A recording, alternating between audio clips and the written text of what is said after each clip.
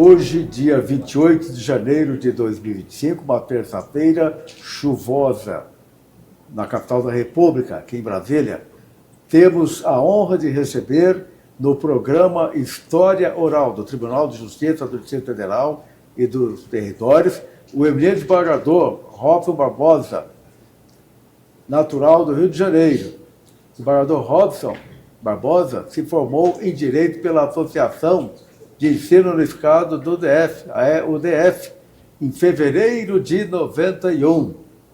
Concluiu especialização em Direito Público em novembro de 95, pela Universidade de Brasília, UNB, e obteve o título de mestre em Direito em novembro de 2002, pela Universidade Federal de Pernambuco. Iniciou sua carreira como advogado atuante no Distrito Federal e em diversos estados, incluindo tribunais superiores e o Supremo Tribunal Federal. Acumulou quase 30 anos de experiência como professor universitário na área jurídica e é autor de obras consagradas, como Direito Civil para Concursos, Direito Civil Simplificado e Direito Civil e Processo Civil para Concursos. Desembargador Robson ingressou na magistratura do Tribunal de Justiça do Distrito Federal e dos Territórios em 3 de fevereiro de 1995, como juiz de direito substituto. Eu estava lá na posse.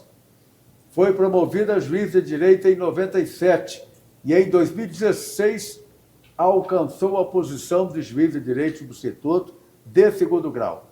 Em abril de 2023 foi promovido a desembargador do Tribunal de Justiça do Distrito Federal e dos Territórios pelo critério de merecimento. Ao longo de sua carreira, aqui no Tribunal de Justiça, atuou em diversas unidades judiciais.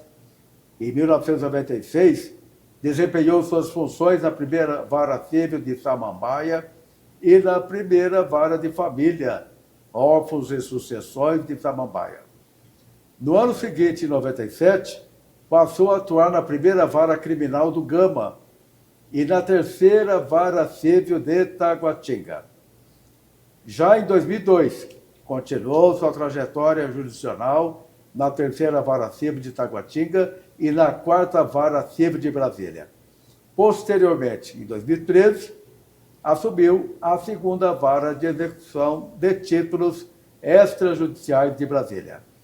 Além disso, o desembargador Robson foi diretor do Fórum da Circunscrição Judiciária de Samambaia e integrou importantes colegiados do tribunal, como a primeira e quinta turma civil, a primeira Câmara Civil, a turma de uniformização dos juizados especiais, a segunda turma criminal, nós trabalhamos juntos, tá? E a Câmara Criminal. Em 2022, tornou-se membro titular do Tribunal Regional Eleitoral do Distrito Federal.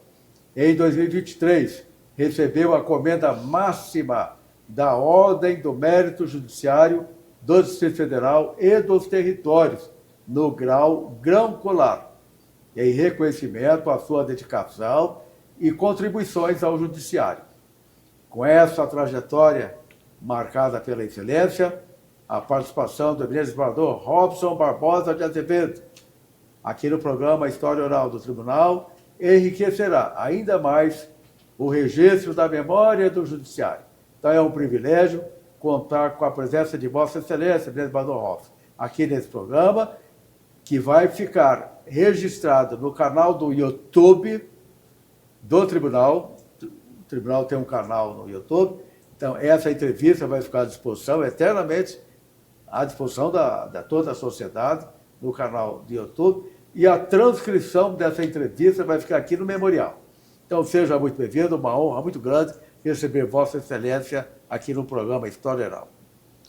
Eu agradeço o convite, o reconhecimento e as falas do meu respeito, e estou aqui, em prol do convite feito, à disposição de Vossa Excelência para responder a respeito dos fatos e atos até então praticados. Então, nós vamos dividir essa entrevista, doutor Robson, em 3 partes. Vamos falar da sua família, da sua origem, dos seus pais, dos seus irmãos, do seu casamento. Vamos falar da área acadêmica, onde você estudou. Em seguida, a sua trajetória profissional. O que você fez até o momento na vida? Eu sei que você já trabalhou até na aeronáutica, tá certo? Então nós vamos falar sobre a sua história de vida. Então vamos começar pela família. Já falamos aqui que você nasceu no Rio de Janeiro. Queria que você falasse do seu pai, da sua mãe, dos seus irmãos. Até quando você morou no Rio de Janeiro? O meu falecido pai era serralheiro. Ele tinha uma serralheria, trabalhava com o ferro, fazia as obras de serralheria. Ele conseguiu esse artífice pelo Senai, que era dedicado à indústria. Ele fez isso lá para aqueles anos do Getúlio Vargas, esse curso, e tinha um diploma. Eu me lembro que ele deixava na parede, atrás da mesa que ele sentava, e guardava aquilo com muito carinho. E ele me ensinou simplesmente tudo sobre serralheria, desde cravar um arrebite até fazer uma solda complexa. Então ele queria que você trabalhasse na serralheria dele. Ele tinha essa vontade, Vontade. que eu assumisse a serralheria dele. Isso no Rio de Janeiro, você nasceu no Rio. No Rio de O Janeiro. seu pai também era carioca ou não? O meu pai era do Rio de Janeiro, mas do estado do Rio, cidade de Campos do Goytacazes. Vocês moravam na cidade do Rio de Janeiro? Moramos na capital. Ele saiu do interior atrás da minha mãe, que ele namorava. E meu avô, pai de mãe, Manuel Barbosa Gomes, resolveu mudar para a cidade capital, Rio de Janeiro, naquele momento. Aí, ali, era aqueles costumes antigos, né, de que se quisesse casar, tinha que noivar e acompanhar, etc. Tudo. Na nossa época, né? Exatamente. Tinha que pedir autorização para o pai, para namorar. Tinha, para a mãe. Marcava noivado, casamento. E eu noivei, né? Tudo, né? A gente carrega aqui o bambolê aqui, né? Tá certo. E ainda usamos aliança. Quando casa, passava para o outro lado. Como é que era o nome do seu pai? É vivo ainda, não? Não, meu pai é falecido. Qual era o nome dele? Era Zenilton de Azevedo. E a sua mãe? Minha mãe era Marinete Barbosa de Azevedo. Eles moraram a vida toda, então, em Campos e no Rio de Janeiro? Ou passaram a vida em Campos? Namoravam em Campos. Em Campos. E foi pro Rio. Ele deixou o quartel, foi servir, né, ao Exército. Era jovem, então. Era jovem. Assim como eu, ele casou jovem. O pessoal achava que era a idade certa, né? O fato é que o meu avô, o Manuel Barbosa Gomes, saiu com a família para a capital, né? Certo. Aí ele foi para a capital, onde ele conheceu meu padrinho, que era um serralheiro que tinha oficina. Era Jerônimo, o nome do meu padrinho. E aí eles começaram a ter muita amizade dentro do trabalho e tal, ao ponto dele me batizar, né? E trabalharam junto muito tempo. Seu pai, então, aprendeu o ofício com esse seu padrinho? Na verdade, ele já sabia o ofício. Já sabia. Porque teve uma peculiaridade que eu esqueci de contar em Campos. E ele ficou muito tempo com essa serralheria? Passou a vida com ela? Teve uma peculiaridade que eu deixei de contar, que existia uma usina chamada Usina Goytacazes, que era em Campos. Meu pai montou uma com o irmão dele.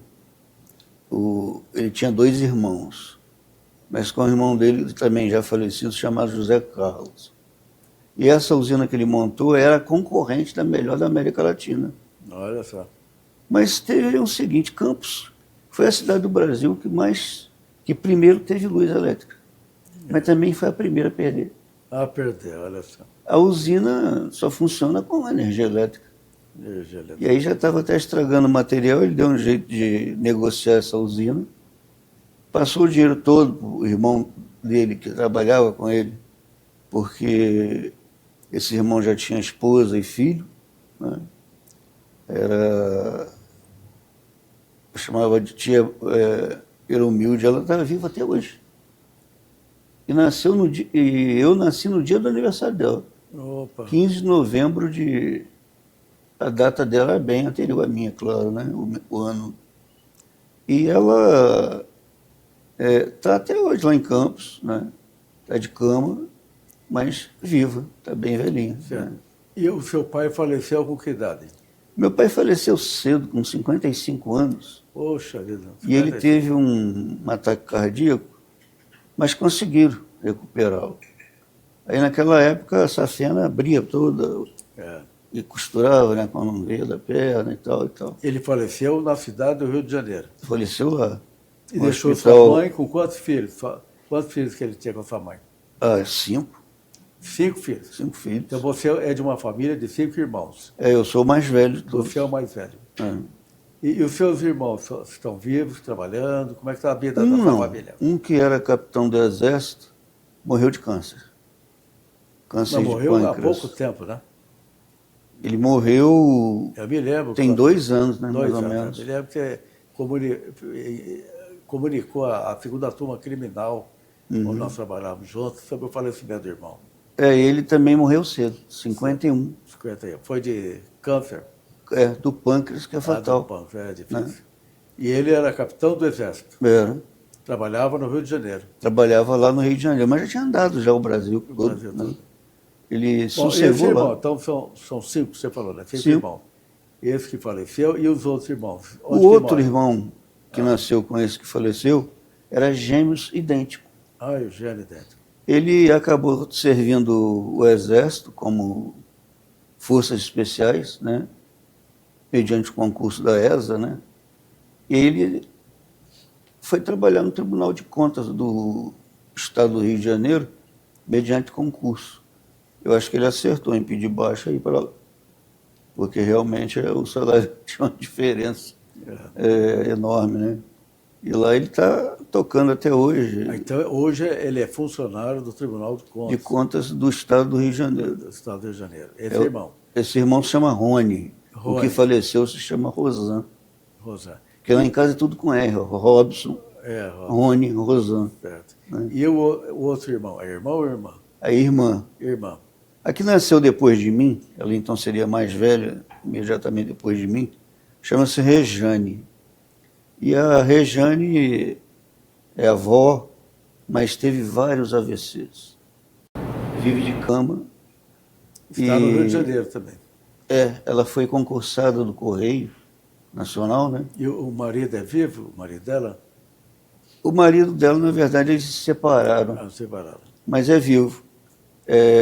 O filho que ela teve com ele chama-se Rafael. Rafael. E o Rafael já me deu uma sobrinha neta. Certo. Né? E depois da Rejane, seriam esses 2 gêmeos. Certo. Que um já faleceu.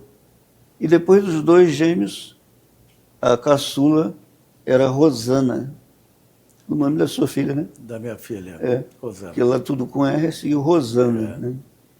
A Rosana se aposentou porque teve uns problemas ligados à questão de toque, coisas assim. Ela ficou com o benefício do INSS. E ela, então, está sendo hoje, está nascendo agora, lá no Rio de Janeiro. Oh, parabéns. A filha da filha dela. Deus abençoe. Né? E essa criança já tem até um nome, chama Valentina. Valentina. Quando eu terminar a entrevista, eu vou ligar para lá para saber como está. Parabéns à família. Aí está aumentando aí, é mais uma... Certo. Então você é o mais velho dos 5 irmãos. Sou o mais velho. Que dia que você nasceu, Robson? Eu nasci no dia 15 de novembro de 1965. 65? Eu tenho 59 anos. 59. E vou fazer 60, se Deus assim permitir, esse ano. Muito bem. Está jovem ainda, né? Da magistratura estou jovem. De acordo com a lei, em tese, eu teria mais 15 anos de tribunal, né? Em tese. Então tem tempo de sobra para trabalhar aqui, né? Muito tempo pela frente, né? É verdade. Continuar cumprindo a missão de magistrado. Bom, está entregue nas mãos de Deus, né? Que tá certo. Guia essa situação. Agora vamos falar da sua família. Bom, você é o mais velho, 59 anos. Você estudou onde lá? Foi sempre no Rio de Janeiro? Estudei sempre em colégio público. Colégio Né? público. Eu estudei numa escola, chama-se Rosa da Fonseca, que fica na Vila Militar. Essa escola era municipal. A Vila Militar que você fala é lá no Leme?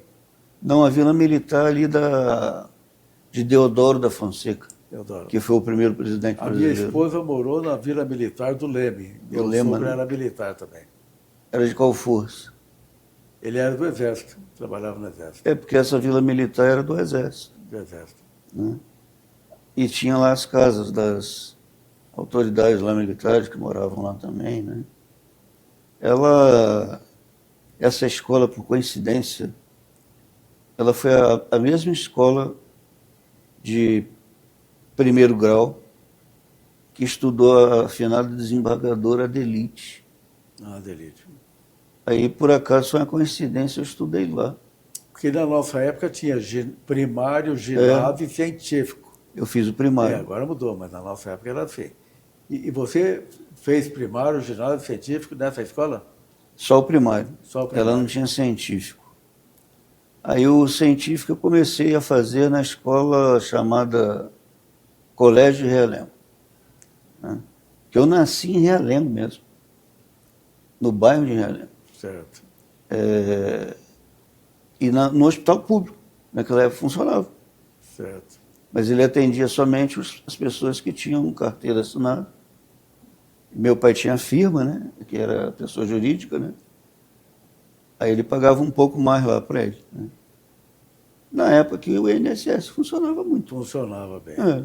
Nós dependíamos exclusivamente da saúde pública, né? Era. Você tinha que procurar a saúde pública. Era mesmo. E pouca gente tinha dinheiro para pagar médico particular. É. Era difícil. Depois de já com a idade avançada, avançada não, média, né? Eu me lembro de um norte-americano que teve aqui, eu levei ele no serviço médico público, né? Um conhecido. E aí, depois que terminou, ele queria pagar. Eu falei, não, aqui não é pago. Ele falou assim, em todo o país não tem isso. Certo. O INSS até hoje não é pago. Mas está funcionando ruim. Pode ser que tenha que se pensar em selecionar mais. A saúde sempre precisa de melhora, né? A cada dia tem que melhorar um pouco. Porque ela é cara. Em todo o mundo. É verdade. Então, se o usuário não paga um pouco a mais, pelo menos, que era o pessoal da carteira assinada, provavelmente vai sobrar para o contribuinte. Né? É verdade. Bem, então você estudou no Rio de Janeiro, colégio público, aí foi fazer já vestibular ou foi para a aeronáutica? Aí eu fui e fiz o concurso da Escola de Especialistas de Aeronáutica. Concurso difícil. Aí você foi aprovado. Eu passei em 7º lugar no Você tinha quantos anos naquela época? Eu tinha 16 para 17, eu era de menor. Então você foi estudar na escola militar. Aí eu escolhi ser controlador de voo. Aí me formei em controlador de voo. Então você tinha entre 16 e 17 anos?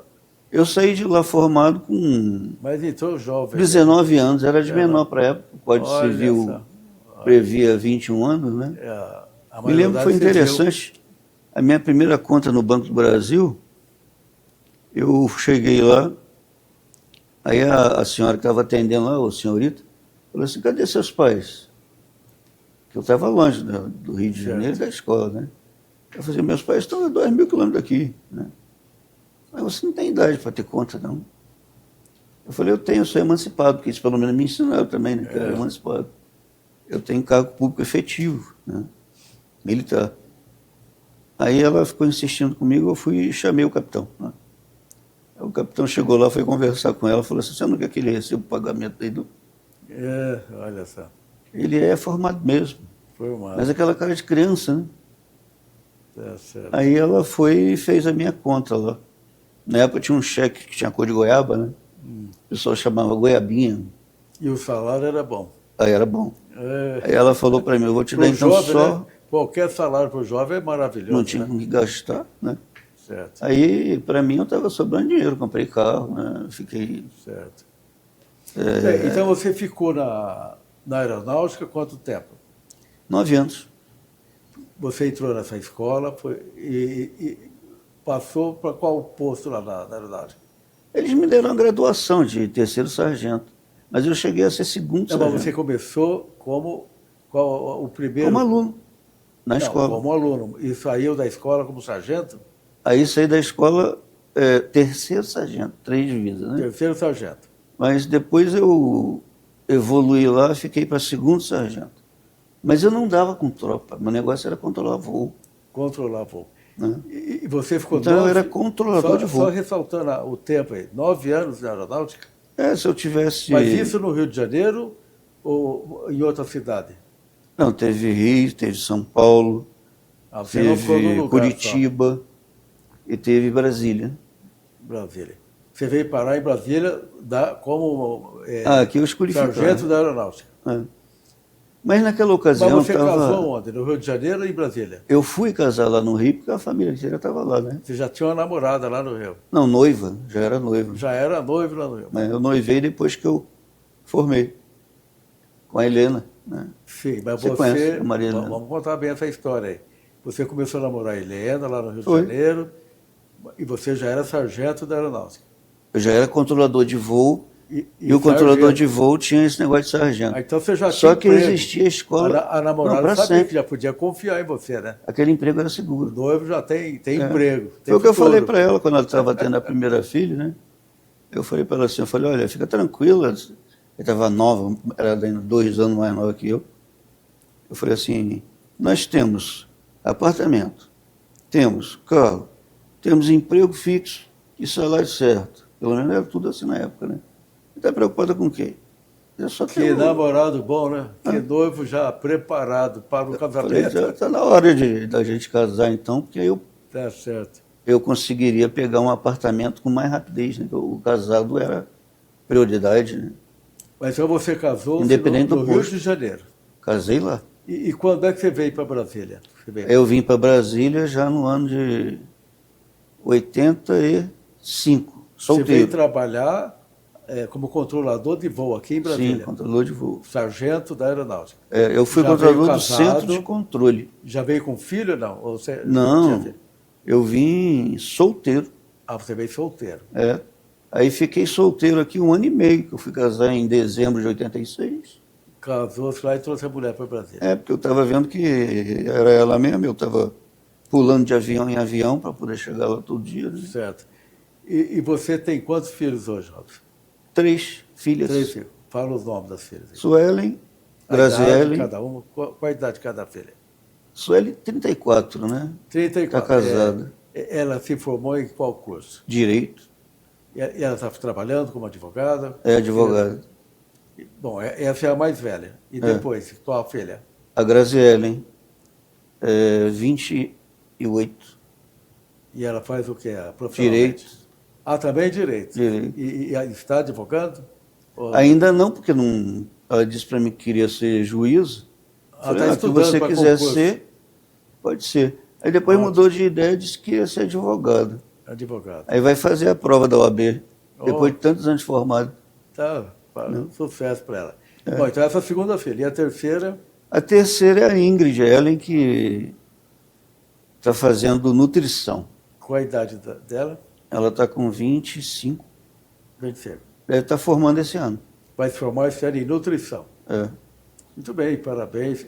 E a sua esposa, ela está trabalhando, se aposentou? Trabalhando. Como está a vida dela? Ou ficou só cuidando da família? Helena trabalha no serviço público do Distrito Federal e na época que entrou, tem mais de 34 anos isso, era contratado por carteira, né, assinado.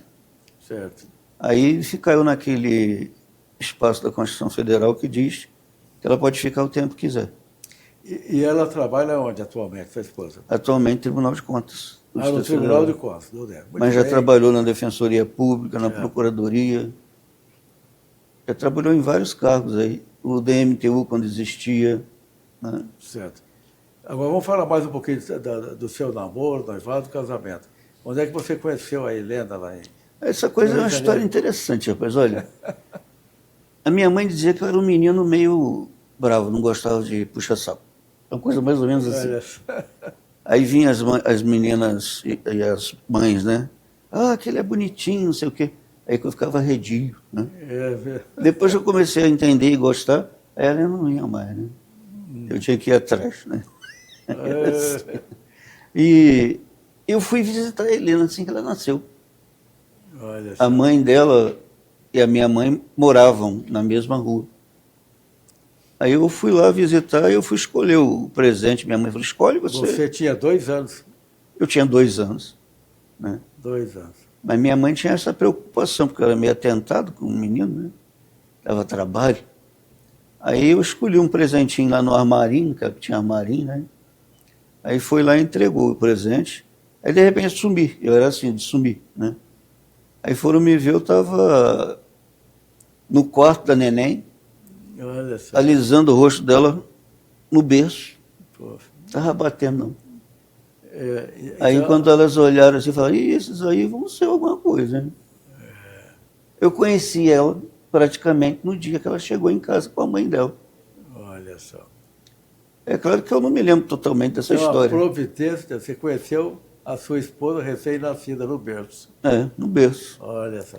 Aí depois disso, quando eu fui para São Paulo fazer o curso de controlador de A voo, mão de né? Deus estava aí, estava protegendo essa família. Aí eu comecei a namorar, né? Um pouco antes. Aí eu passava lá, ela estava na calçada lá da casa dela, aí eu conversava com ela, falei, não, eu estou fazendo um concurso aí, para não dar mais trabalho para meus pais e ganhar independência. A gente pensava assim naquela época, né? É verdade. Hoje as minhas estão tudo lá em casa. Mudou bastante, né? Mudou. E os jovens não estão assim, os jovens casais não estão querendo ter filhos cedo, né? Aí chega um ponto que a esposa já fica sem ter condições de... O parto seria de risco. Né? Casou, teve filho logo, né? Melhor assim, né? Enquanto a esposa está jovem, forte, né? Para isso, né? Aí eles ficam aí, enrolando, não casam. Tá certo. As 3 filhas estão solteiras ou já casaram? A primeira, a mais velha, é casada. É casada. Está casada há muito tempo? Ela tinha 28 quando casou, 29.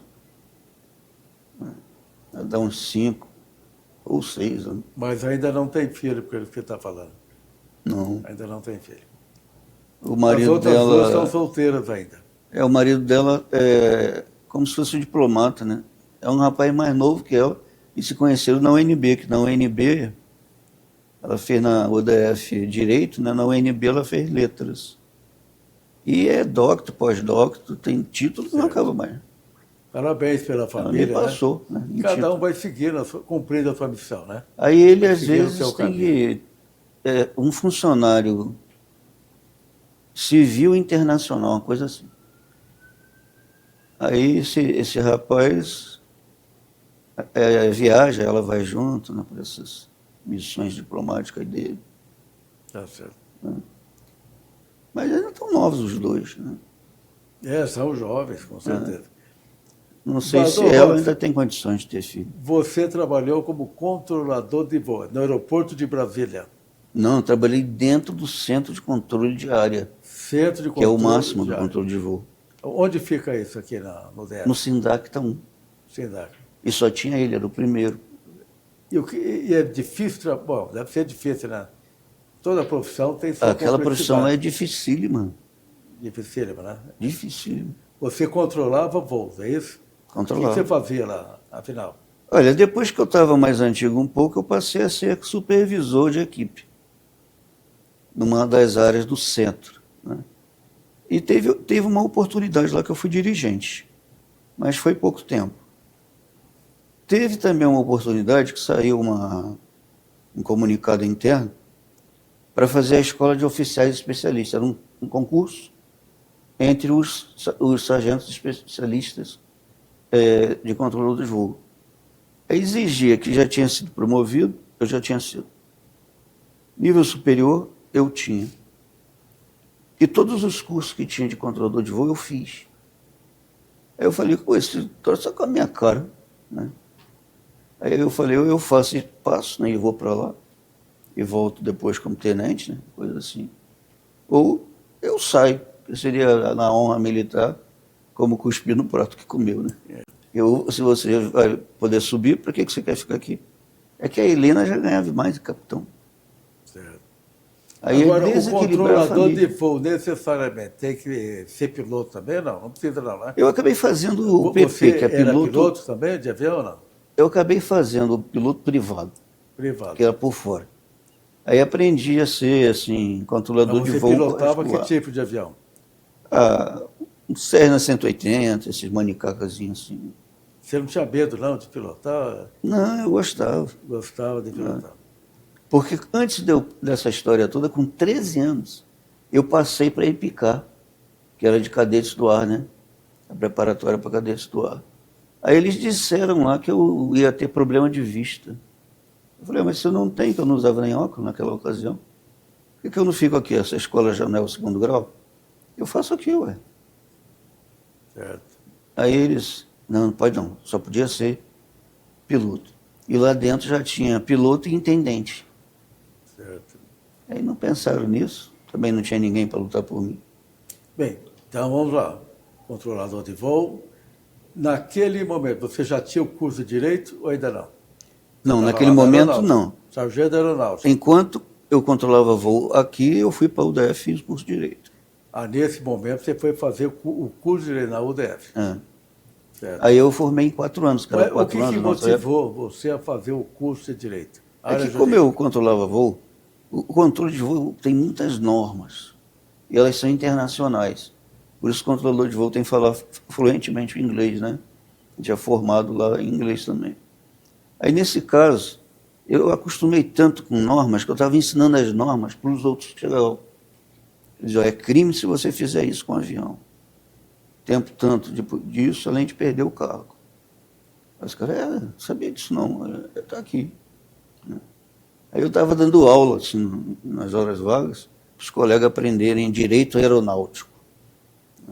Mas por conta minha e por conta deles mesmo, Certo. sem custo nenhum. Né? E aí o pessoal ficou meio... Tanto que teve aquele acidente com o Legacy e o Airbus em cima de cachimbo. Cachimbo já é floresta amazônica. O Legacy passou embaixo do avião e cortou o grandão partiu em tanto, e o Legacy pousou. Ele ficou valorizado depois disso, porque ele derrubou o monstro aqui. Mas o que aconteceu naquele acidente aéreo? Aquele acidente, eu não era mais da Força Aérea, eu já era magistrado. Mas Houve sabia... falha humana, então? Olha, houve falha do piloto que foi liberado pelo juiz. O piloto deve ter falhado, então. O piloto do Legacy. Ele deveria ter subido antes, que tinha sido determinado para ele. Mas prenderam o controlador de voo. Olha só. Do jeito que eu ensinava. Mas aí veio um suboficial da minha época, perguntando se eu falaria a respeito. Falo. Só que ele acabou não levando adiante. Prenderam ele. Aí foi aquela confusão. Eu acho que o controle de tráfego aéreo já passou da hora de ser com participação majoritária de civis. Você dá ordem para o brigadeiro ali, aí você vai ver um terceiro sargento está dando ordem para um brigadeiro que está voando, né? Um coronel. Não tem compatibilidade. E tem que ter a capacidade de decidir rápido.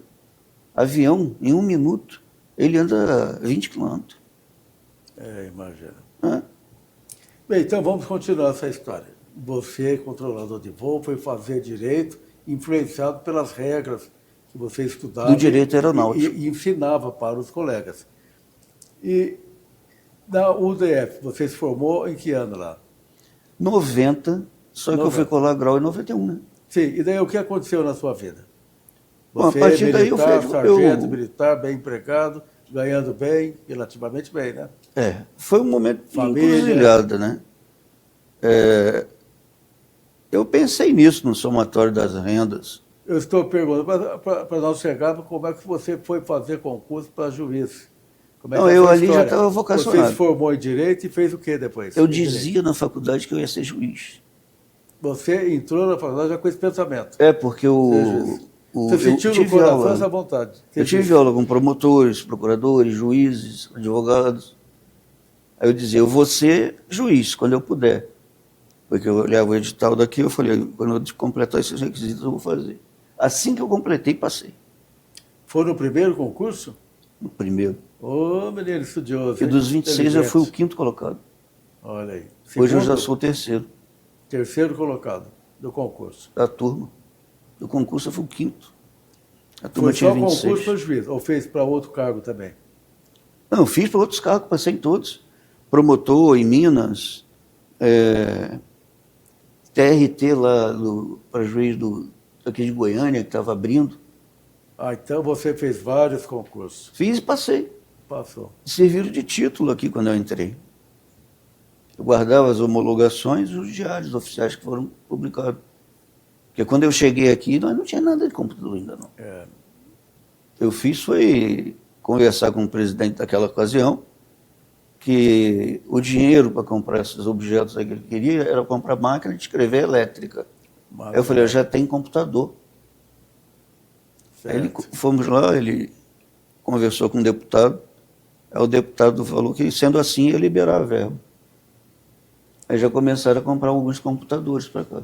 Foi. Eu imaginava que o computador ia ser uma coisa assim, que eu falasse, ele ia responder, ia fazer a sentença e tal. Mas entre ele e a cadeira tem uma pessoa ali para escrever. Tá certo. Como eu penei para aprender aquilo que tinha que aprender na marra, né? Peraí, então voltando aos concursos. Você foi aprovado em vários concursos. Eu escolhi isso. E escolheu ser juiz do Distrito Federal. Eu estou aqui porque quero e porque escolhi isso aqui. Escolheu aqui. Eu queria ser juiz do Distrito Federal. E por que você queria ser juiz aqui? Eu queria ser juiz. Qual a explicação, por exemplo, se a sua filha perguntar, pai, por que você quis ser juiz? Elas me perguntaram até. Eu cheguei a falar o seguinte, que aqui era um tribunal isento, porque o tribunal daqui tinha que julgar um ente público do qual não dependia. Ele não precisa do dinheiro do Distrito Federal, enquanto, digamos assim, uma cédula de Estado, né? Mas que é sui generis. Ele julga e é pago pela União Federal. Certo. O nosso tribunal é mantido pela União Federal. E como eu sempre fui pago pela União Federal, quando controlador de voo, eu já tinha essa certeza de que o pagamento pela União Federal funcionava. Agora que está acontecendo coisas no país que a gente não entende por quê, né? Talvez a gente até entenda, mas que não convém debater. Certo. Então você escolheu o Distrito Federal para ser juiz e professor, né? Que você passou a vida dando aula. Aí assim que eu me formei. E também escritor, eu sei que você tem alguns livros publicados. Eu comecei a fazer. Dessa vocação, desse dom que você tem também. Eu senti na faculdade, naquelas atividades de grupo, atividades de feitura de peças, né? Aí eu senti esse meu dom. A voz era boa naquela época e eu estava forte, com as pernas bem fortes. Aguentava ficar a noite inteira dando aula. Então, quando eu estava como advogado, eu saía de casa, ou eu estava aqui, ou em algum outro tribunal atuando, né, como advogado, ou eu estava no meu escritório, que era ali naquele Garvey Hotel, que era o que tinha de melhor naquela ocasião, né, para trabalhar como advogado, usando o custo e benefício. Vamos explicar esse período da sua vida. Você estava na aeronáutica, daí você saiu da aeronáutica. Saí, tive que sair porque eu queria advogar para poder ser juiz. Sim, você se formou na UDF e quando você se formou, você pediu exoneração da aeronáutica? Pedi, esperei só colar grau. Certo, e foi advogar. Aí eu pedi demissão. E você advogou quanto tempo? Aí eu advoguei o tempo necessário.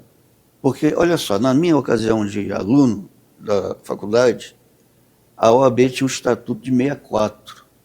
E aquele estatuto de 64 contava como prática forense. Aí eu comecei a fazer o meu estágio desde 87. Aí foi 87, 88, 89, 90. Aqui eu já estava advogando. 91. 92, 93, 94, 95. Eu já tinha apostilado 8 anos de advocacia. 8 anos. Eu advoguei. Agora, você estava vivendo da advocacia ou Tava. tinha uma outra renda? Não, advocacia mesmo. Então, Eu você foi bem na descobri o advocacia, seguinte, porque não é fácil sobreviver no Não, início da carreira eu como consegui advogado. ir sozinho. Para sustentar a família. Fazia parcerias com alguns escritórios, mas eu tinha o meu. Você é corajoso mesmo. É porque naquela Enfrentou a ocasião vida. que eu saí, até 9 anos tinha uma indenização que a Força Aérea pagava. Aí eu peguei aquela indenização e comprei a minha sala e Certo. mobilei e comecei a trabalhar ali. Mas sem ficar escondido. Tive empresas na época que era considerada grande, a Gravia, né? Trabalhava com o meu escritório. Tive algumas pessoas também abonadas que preferiam que eu fizesse a advocacia delas e da empresa. Né? Dava para sustentar o escritório e sobrava. O que Pra manter acontecia? a família. Eu descobri que eu estava ganhando mais do que controlador de voo. Quando somava o dinheiro de professor, aí eu estava nesse ganhando tempo o dobro Você de já controlador começou a de dar voo. aula. Comecei. Você é advogado, professor, Comecei a dar aula em cursinho já, coisa assim. que tinha vaga, né, para bacharel. Mas sempre para turmas de nível superior em Direito. Que já tinha vários concursos aqui em Brasília. Eu me lembro um, que eu acho que foi nos anos 90, ou 91, sei lá. Meu pai morreu em 91, né, acho que foi em 92. Que foi para o TJ, e foi um concurso grande, com muita vaga. Só que caiu o provimento inteiro. Aí eu destrinchei o provimento, aí fiz ele todo em exercício, dissertações de alguns pontos dele, doutrinei e dei praticidade a ele. Aí fiquei conhecido como o rei do provimento. Olha só. Aí quem me contratou foi, na ocasião, o antigo curso que era ligado ali ao Objetivo, né? O curso. Aí naquela ocasião eu cheguei a ter turmas até no sábado e no domingo. Manhã e tarde. Aí deu para trocar de carro, deu um monte de coisa. Né? Olha só. Foi. É um lutador. Eu falei assim, a vida aqui fora é melhor do que lá dentro, porque a liberdade que você tem aqui fora é muito cara para você vender para usar divisas, ou se fosse estrela, né? Eu falei, não vou ficar aqui não. Eu estava decidido mesmo. Bem, você passou no concurso e assumiu quando como juiz aqui não? Aqui Nós eu já assumi falamos no aqui, dia mas só para 3 de ressaltar na fevereiro de 1995.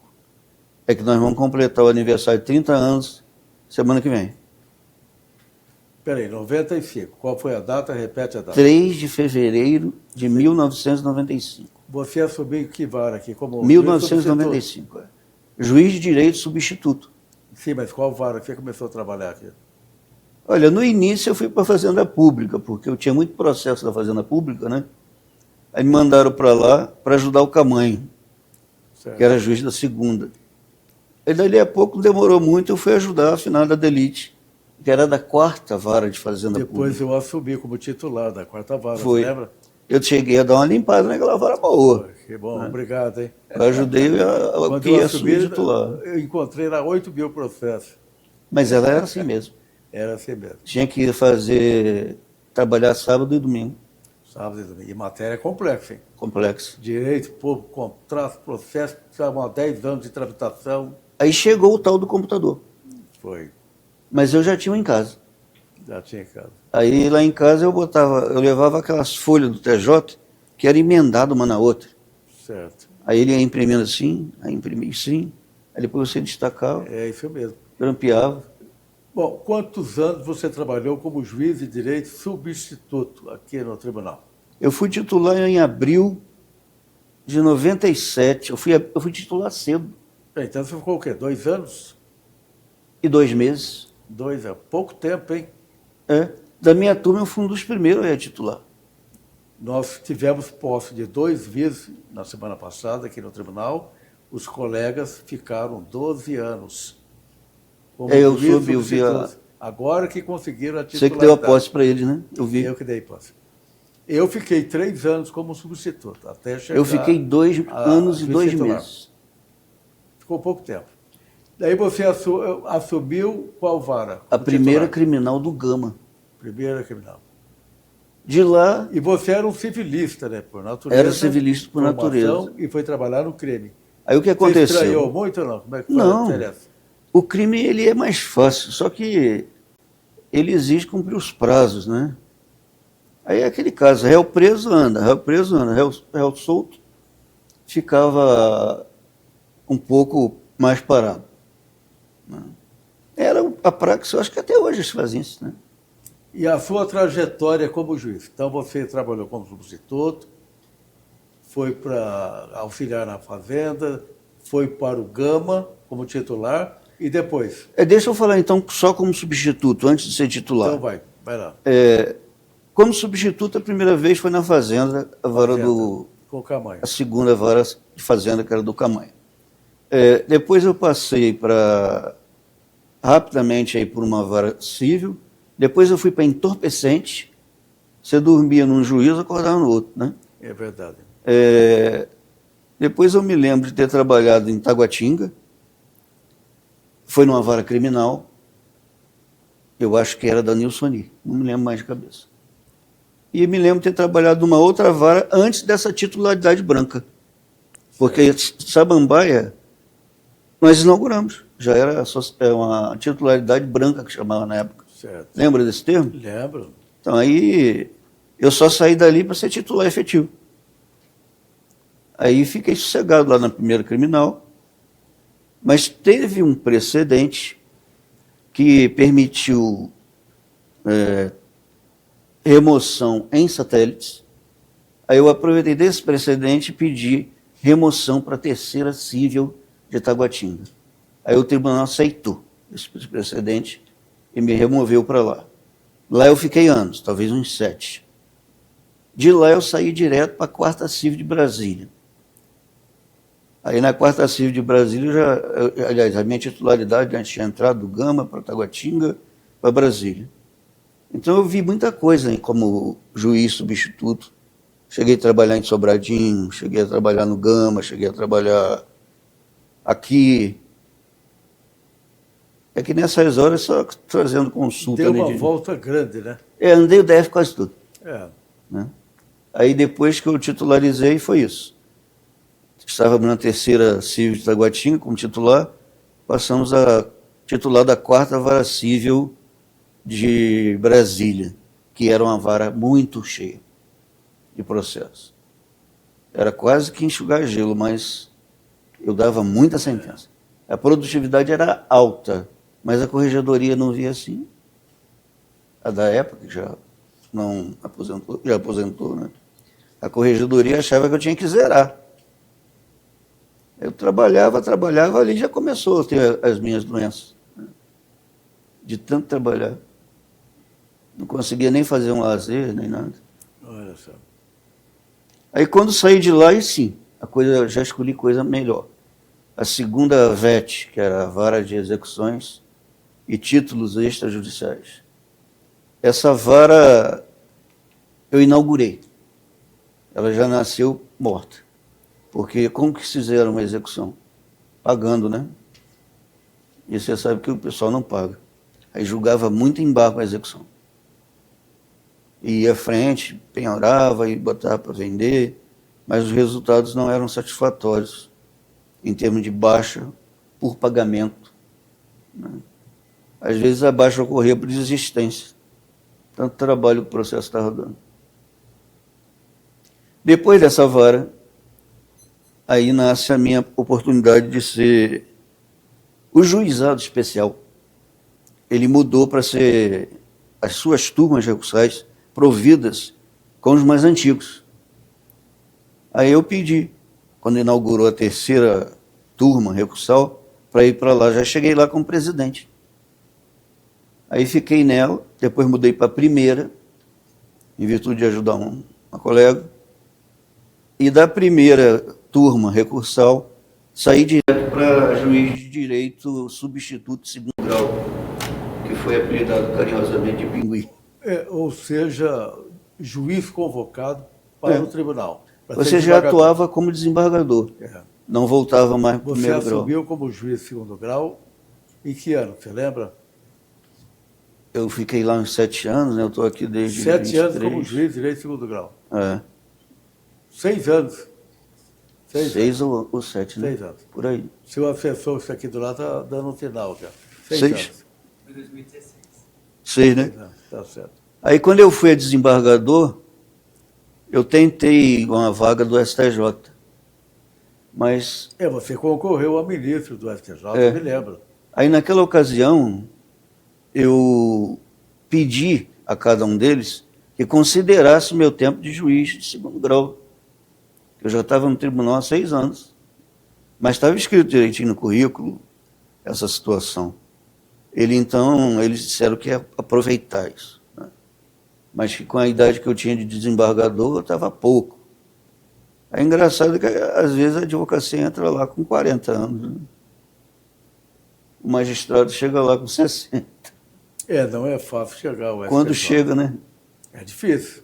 Porque a vaga do magistrado, geralmente, tinham 6 colocados naquela ocasião. O procedimento é muito complexo É. para chegar ao STJ, ou ao Supremo, né? Inclusive, Mais o presidente anterior, o Cruz Macedo, havia concorrido também ao STJ. E o Josafá. Josafá Francisco também.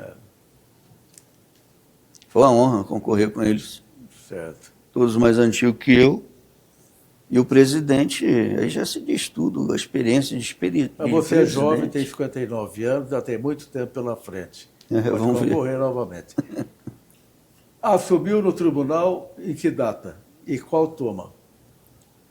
Dia 23, não lembro o mês, né? De abril, Abril de... Qual ano? 2023. 2023, né? Então, Não, eu estou achando que era menos o dia. Não me lembro como o dia. desembargador titular, não Não, como desembargador como titular. Então foi... Foi em abril de 2023, só não lembro o abril dia. de 2023. E foi para a turma... Você foi para a turma civil, né? Fui para a primeira turma civil. Primeira turma. Você trabalhou conosco na segunda turma criminal um período. Aí depois que tive uma oportunidade, eu fui para a quinta turma civil. E aí depois, uma nova oportunidade, eu fui para a segunda criminal, onde Vossa Excelência é titular até hoje. Né? E atualmente você está com quem lá na turma? Agora eu estou na 7ª turma civil. 7ª turma. Quem é que trabalha lá?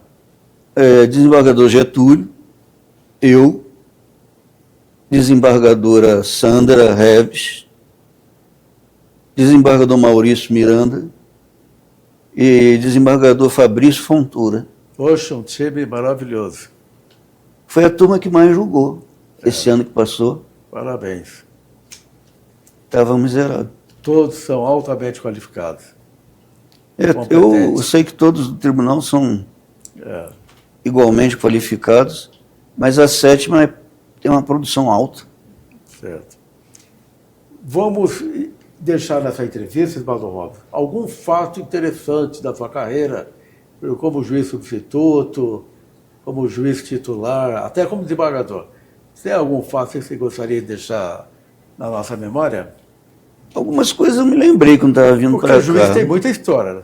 Se você perguntar para mim, eu tenho muita história para contar. Mas essas são fatos mesmo. Que você também tem muita coisa para falar. Mas o que você gostaria de deixar aqui na entrevista? A propaganda de cigarro na Fórmula 1 fui eu que tirei. E aí isso correu até o Supremo manteve, só tirou as multas que eu apliquei.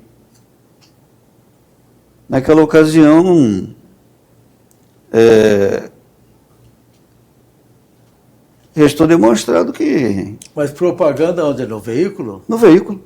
Não podia fazer propaganda no veículo? Não, porque o cigarro não precisa de propaganda, não. Olha o consumo dele como é até hoje. E se proibido fosse, eles já estão fumando o eletrônico, que é proibido. E ambos fazem mal. Só que o proibido de hoje, que está na moda, o eletrônico, é muito mais vezes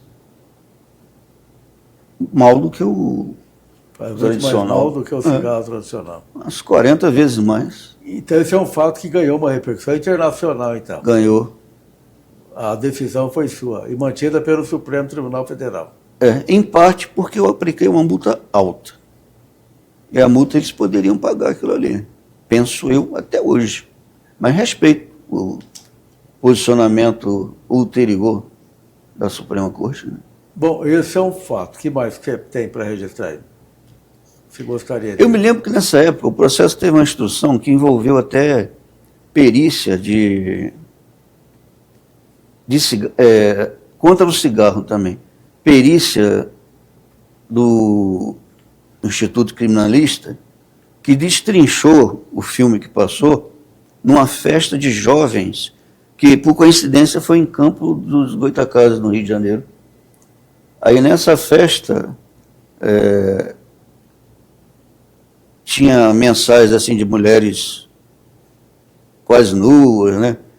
Tipo assim, Hollywood é o sucesso, o Gerson que ficou com aquela fama de ter feito Fume Vila Rica, né? Quer levar vantagem em tudo, Fume Vila Rica, né? Essas pessoas depois se arrependeram e aí se corrigiram. Mas o que eu vejo nesse caso é o seguinte, é que cada quadrinho que o olho não via, o cérebro via. Aí passava associado com mulheres, esportes, Marlboro morreu e o irmão dele não conseguiu botar nada no ar, lá nos Estados Unidos. E lá é país da liberdade. Morreu de efizema pulmonar. Olha só.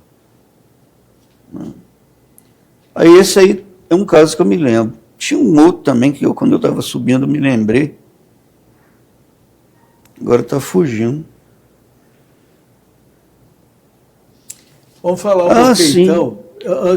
Eu lembrei agora. É um caso que ficou famoso aqui, mas espalhou pelo Brasil.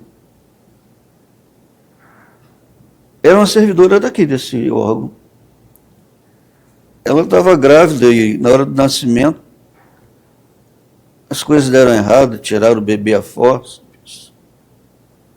e a criança ficou com sequelas por causa disso. E aí eu condenei sim, médico, equipe, hospital. Usei aquela tese da teoria da responsabilidade objetiva e também a subjetiva. Aí foi uma condenação alta que repercutiu. Essa questão que envolve a saúde pública está toda com problema, eu sei. Mas naquela época ali doía muito, né? Uma criança ser classificada quando nascesse como nasce morto. Se coloca no lugar desses pais aí. Eu sei, né? Vossa Excelência tem filhos no céu. Verdade. É dor que já sentiu, né? Mas vamos falar agora do TRE, Tribunal Regional Eleitoral do Distrito Federal. Esse eu gostei Nós muito. trabalhamos juntos lá no TRE. Fui presidido Eu por fui Vossa Excelência. presidente e Vossa Excelência foi desembargador eleitoral. Fui. Como é que foi a sua ascensão para o TRE? Vou falar da Justiça Eleitoral como um todo. Eu fui juiz auxiliar de uma juíza titular, se não me engano, a Edith, desculpe se eu falei o nome.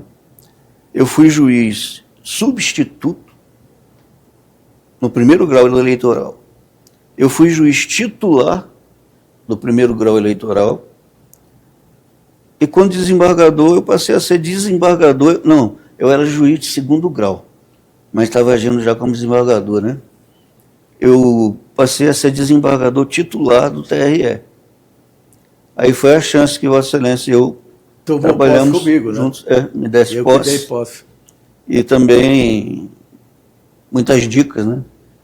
Foi um ano também interessante. Fez um excelente trabalho lá. Zerou os processos, não deixou nenhum acúmulo para o sucessor. Eu saí de lá só porque abriu minha vaga aqui de desembargador.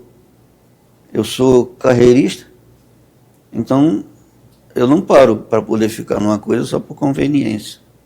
Mas também não discordo de quem o faz. Bador Hoff, aproveitando que você é professor, passou em vários concursos, eu queria que você falasse sobre o seu método de estudo. Como é que você estudava? Para deixar como exemplo aí para as pessoas que estão acompanhando a entrevista. Esse método como é que você estudava? Como é que você acha que as pessoas devem estudar hoje para passar no concurso? Qual era o seu método? O método hoje é o mesmo. E eu acho que ele vale. Porque eu passei em tantos concursos usando ele. Não precisa nem ir para o cursinho. Mas tem que ter disciplina. As pessoas costumam dizer que é como entrar para achar uma agulha no palheiro. Nós temos aí 20, 30, 40 anos de concurso, né?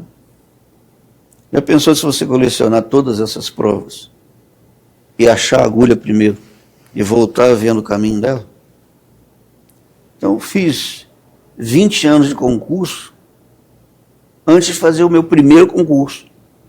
Por isso que eu passei em todos. Eu fiz tantas provas objetivas como subjetivas, como até as orais que eu vinha anotar. Ficava lá na reserva, lá anotando, quando chegasse minha vez. Aí não deu outra. Na primeira chance, entrei. Não, mas qual era o método? Você estudava provas anteriores. Provas de concurso passado. E se você estudava assim? Por exemplo, o meu método era fazer resumo. Eu pegava mas para fazer o livro, pegava o código, o caderno com as anotações de sala de aula, eu ia fazendo o resumo. Se eu não fizesse o resumo, eu não aprendia. Fiquei viciado em fazer resumo. Mas na própria prova, eu já escrevi o fundamento. Escrevi ali o fundamento, colocava os artigos e até páginas de livros. Então, eu fundamentava cada item. A prova e ia fazendo anotações. 5 itens. Eu fazia 5 fundamentos ali, numa questão. Se uma prova tem 100 questões, eu fazia 500 itens. Você estudava bem a numa matéria. Só prova. E foram muitos anos estudando provas. Provas. Então, este foi seu método de ensino. As provas você achou mais fácil para você. Pode fazer pluralizado, né? Com várias outras carreiras, né? Do direito, provavelmente. E pode depois, no final, focar no cargo que você quer. Você encontra hoje em biblioteca ou livraria livros que orientam como o candidato deve estudar. Por exemplo, tem livros com 10 mil perguntas de concursos na área jurídica. E eu tenho uma ex-assessora, que hoje é juíza, foi aprovada aqui em primeiro lugar no concurso. Ela me disse que estudou por esse livro. Depois que ela tinha estudado muito doutrina, feito cursinho, ela resolveu pegar esse livro com 10 mil perguntas e ficou o ano inteiro estudando. Pois eu estudei mais do que isso. E ela foi aprovada também em vários concursos. Eu peguei as questões que tinham 5 itens, eu transformava... Não basta só ler a questão, né? Tem que pegar a questão e estudar. Fundamentava a questão toda, né? Tem que estudar. Mesmo na objetiva. Senão não aprende. E na subjetiva eu escrevia, fazia sentença. Aí ali eu estava treinado, não estava apavorado de como fazer uma sentença. Se não tiver essa segurança, a pessoa se apavora e perde até o tempo da prova. Porque a concorrência é grande hoje. Na minha época não tinha concorrência, né? Bem. Sobrava vaga. Eu não sei se nesse último concurso sobrou alguma vaga. Mas tinha a nota mínima, né? Se não conseguisse a nota mínima, não seria aprovado. Muitos não conseguiram a nota mínima quando eu fiz. Então ele estava lutando contra ele mesmo. Não estava lutando contra a banca. Tá certo. Seu projeto de vida para o tribunal, que você ainda tem mais de 15 anos de tribunal. Continuar a carreira de desembargador. O limite da compulsória aos 75, ainda vai ter 16 anos aqui. Qual é o seu projeto? O que você pensa em fazer aqui no tribunal? Em princípio, eu pretendo até os 70. Mas não sei como é que eu vou estar de saúde daqui a pouco, né? Daqui a 10 anos. Porque aqui também, você foi testemunha, eu tive problema de coração, fui operado, né? Eu tive problema de próstata, fui operado, e tive câncer, né? E fui operado. Estou bem. A voz está funcionando? Graças a Deus. Né? Deus seja louvado. O ProSaúde, pela sua saúde. Vossa Excelência, e seus assessores de lá estavam sempre por perto, né? A do câncer eu fiz no Sírio. As outras foram no DefStar. É que o DefStar é um pouco mais assim equipado.